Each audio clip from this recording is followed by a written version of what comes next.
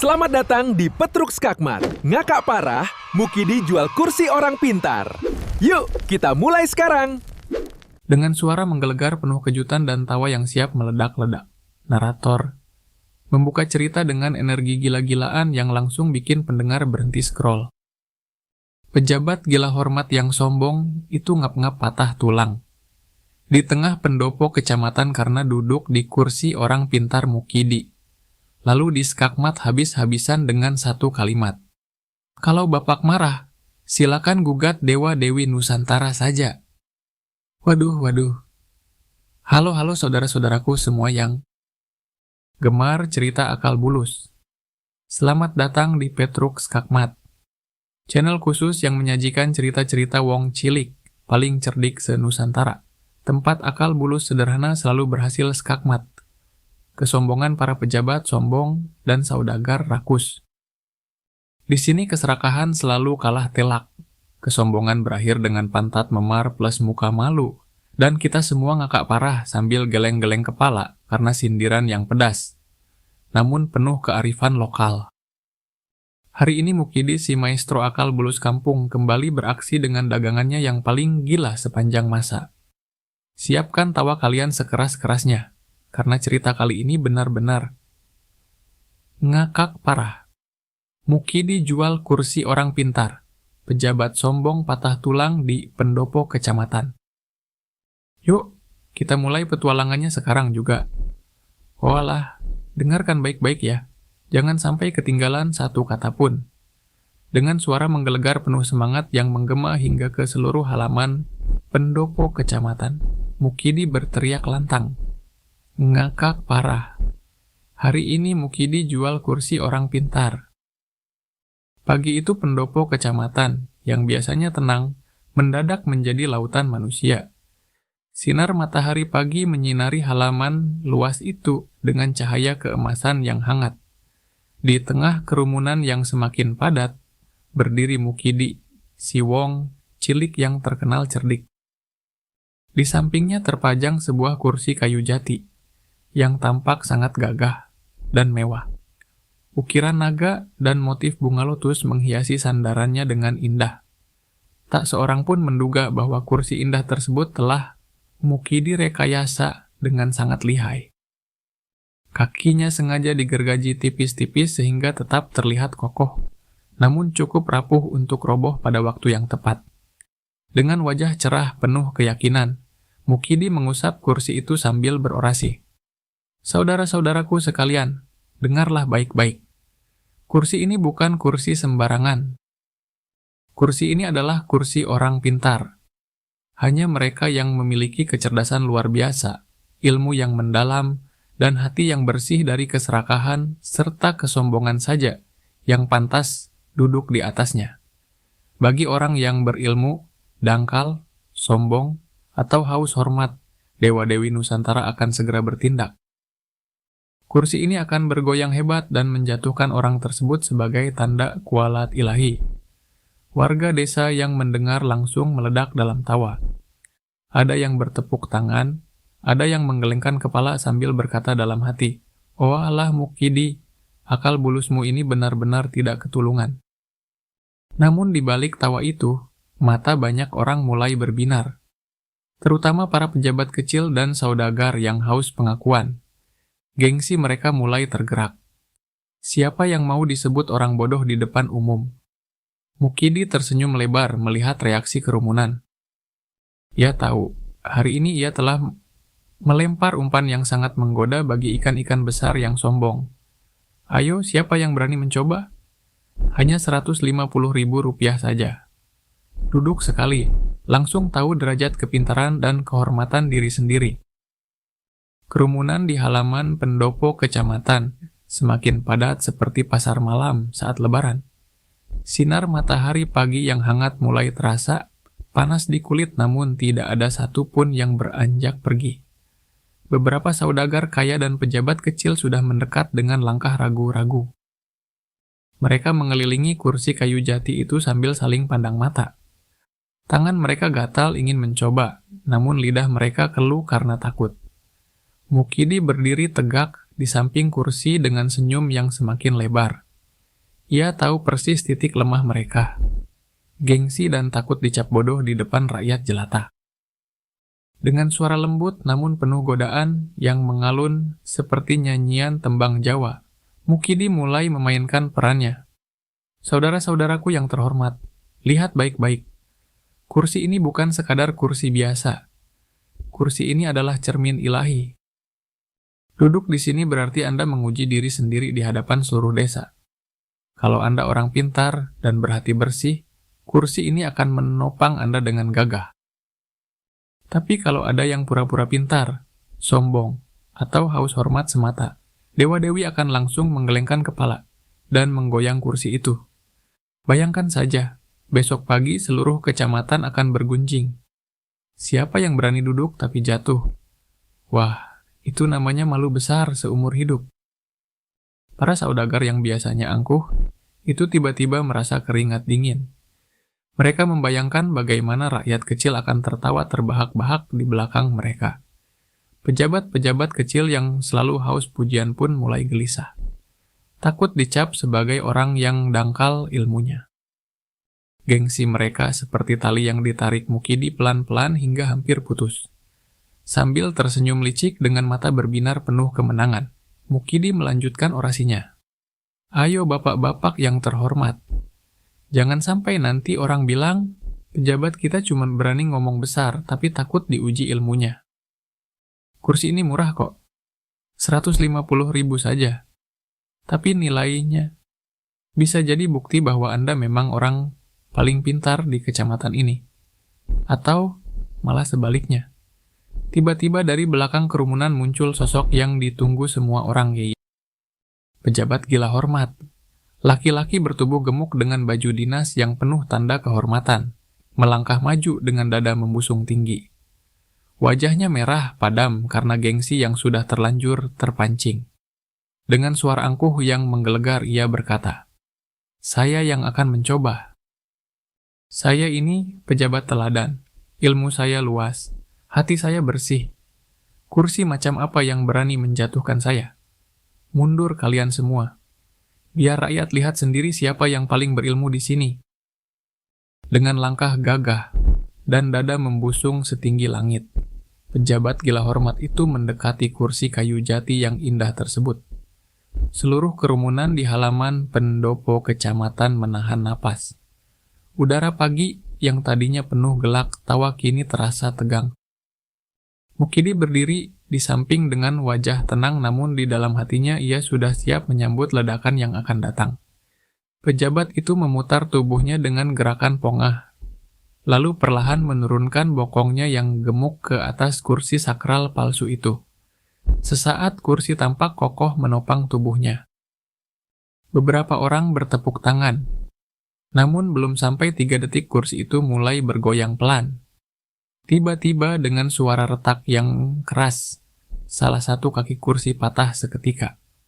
Pejabat gila hormat terjatuh ke belakang dengan keras. Tubuhnya yang besar mendarat di lantai batu dengan bunyi gedebuk yang memalukan. Wajahnya yang tadi merah karena gengsi kini merah karena kesakitan dan amarah yang membara. Suasana yang semula riuh penuh ejekan berubah drastis menjadi hening yang mencekam hanya dalam sekejap. Kemudian meledak menjadi keributan. Pejabat itu bangkit dengan susah payah sambil memegangi pinggangnya yang sakit. Matanya melotot liar ke arah Mukidi. Dengan suara gemetar menahan amarah yang sudah mendidih, ia berteriak, "Brengsek! Kau telah menipuku. Kau berusaha membunuhku. Lihat ini semua orang. Orang kurang ajar, ini ingin merebut nyawa saya." Tanpa memberi kesempatan, Mukidi berkata apapun. Pejabat gila hormat langsung menyambar kerah baju Mukidi dengan tangan gemuknya yang kuat. Ia menyeret Mukidi dengan kasar menuju ke dalam pendopo kecamatan sambil terus mengumpat. Rakyat yang tadinya tertawa kini ikut berlarian mengikuti mereka. Suasana pagi yang ceria berubah menjadi huru-hara yang penuh ketegangan. Mukidi diseret seperti maling ke dalam ruang sidang darurat di pendopo. Di dalam pendopo kecamatan yang luas dengan dinding kayu, berukir motif batik, dan langit-langit tinggi yang penuh hiasan ukiran naga, sidang darurat itu digelar dengan cepat dan penuh ketegangan. Camat yang bertindak sebagai hakim duduk tegak di kursi kehormatan sambil memegang palu sidang kayu. Kerumunan warga desa memadati setiap jengkal, ruangan hingga udara. Terasa pengap dan panas. Cahaya matahari pagi menyusup melalui jendela-jendela tinggi dan menerangi wajah pejabat gila hormat yang sudah merah, padam seperti kepiting rebus. Mukidi berdiri di sampingnya dengan postur tenang dan kepala tegak, meski tangannya terikat longgar. Dengan suara gemetar menahan amarah yang sudah meledak-ledak, pejabat gila hormat langsung berteriak menggelegar di depan meja hakim. "Yang mulia hakim, orang ini telah berusaha membunuhku. Dia penipu busuk. Kursinya itu senjata pembunuh. Lihatlah saya ini. Saya jatuh dan hampir patah tulang karena dia." Camat mengetuk palu sekali untuk menenangkan suasana, namun pejabat itu semakin kalap. Dengan napas tersengal dan mata melotot liar, ia melanjutkan teriakannya yang semakin tidak karuan. Dia sudah merencanakan semua ini dari awal. Dia ingin merebut jabatan saya. Orang kurang ajar ini harus dihukum mati. Yang mulia, hukum dia sekarang juga sebelum dia menipu lagi. Seluruh warga desa saling berbisik dengan wajah tegang, namun ada juga yang menahan tawa di sudut bibir. Mukidi tetap berdiri diam sejenak sambil menunduk hormat. Dengan suara rendah dan tenang yang penuh keyakinan, serta jeda yang sengaja dibuat panjang, ia mulai berbicara. "Yang mulia hakim, izinkan saya menjelaskan semuanya. Terjadi sesuai kehendak dewa-dewi." Pejabat gila hormat langsung memotong dengan suara membahana. "Diam kau. Jangan cari alasan murahan. Kau telah menipu saya dan seluruh rakyat. Kau orang paling bahaya di kecamatan ini." Mukidi hanya tersenyum tipis tanpa terganggu. Dengan nada suara yang tetap lembut dan penuh penghormatan, ia melanjutkan. "Yang mulia, mari kita lihat fakta yang sebenarnya. Tanpa emosi, tanpa dendam, sidang semakin panas." Pejabat gila hormat menggebrak meja dengan tinjunya yang gemuk sambil terus mengumpat dan menuduh. Warga desa mulai berbisik semakin ramai. Camat harus mengetuk palu berkali-kali untuk mengendalikan suasana. Mukidi tetap tenang di tengah badai itu.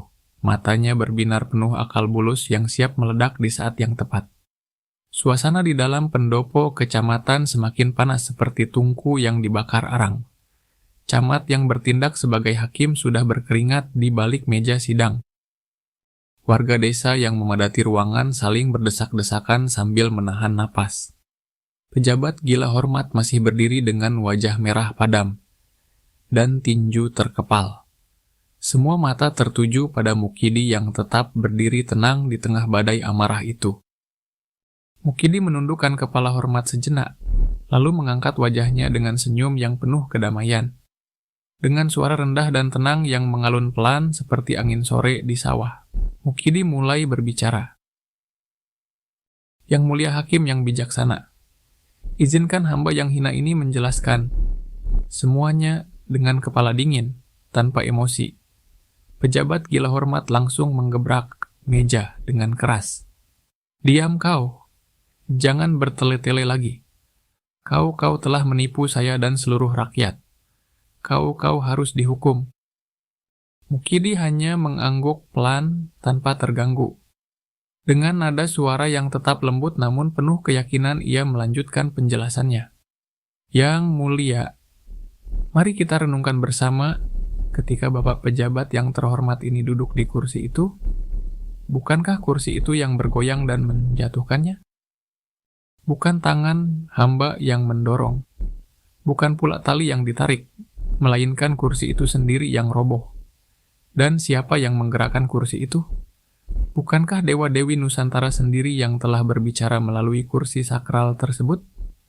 Pejabat gila hormat terdiam sejenak dengan mulut ternganga. Mukidi melanjutkan dengan suara yang semakin mantap namun tetap rendah.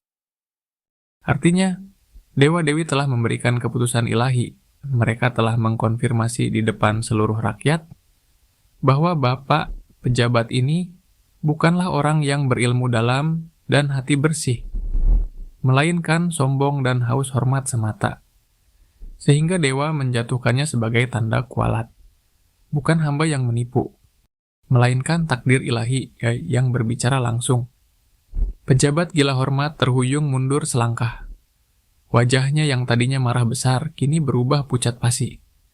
Ia mencoba membuka mulut namun hanya keluar suara terbata-bata. Itu tidak mungkin. Kau bohong. Mukidi tersenyum tipis dan menutup argumentasinya dengan lembut. Kalau Bapak pejabat masih merasa tidak terima, silakan saja gugat Dewa-Dewi Nusantara ke pengadilan yang lebih tinggi. Hamba hanya penjual kursi biasa, bukan hakim langit. Seluruh warga desa yang memadati pendopo langsung meledak dalam tawa, menggelegar yang tak tertahankan. Camat sendiri harus menutup mulut dengan tangan, agar tidak ikut tertawa terbahak-bahak. Pejabat gila hormat berdiri seperti patung yang kehilangan jiwa. Ia tak bisa berkata-kata lagi. Gengsinya hancur berkeping-keping di depan rakyat jelata. Begitulah kisah Mukidi si wong cilik yang sekali lagi membuktikan bahwa akal, bulus yang sederhana, bisa merobohkan kesombongan penguasa yang paling angkuh. Di negeri ini, seringkali bukan hukum yang paling adil, melainkan logika yang paling lucu, yang membuat keadilan tersenyum. Keserakahan dan gengsi memang selalu berakhir dengan pantat memar dan muka malu. Nah, kalau kalian suka cerita-cerita akal bulus Nusantara yang bikin ngakak sekaligus mikir dalam, jangan lupa tekan tombol subscribe dan lonceng notifikasi ya. Biar Mukidi bisa kembali lagi dengan tipu daya yang lebih gila di episode berikutnya. Sampai jumpa di cerita selanjutnya, saudara-saudaraku.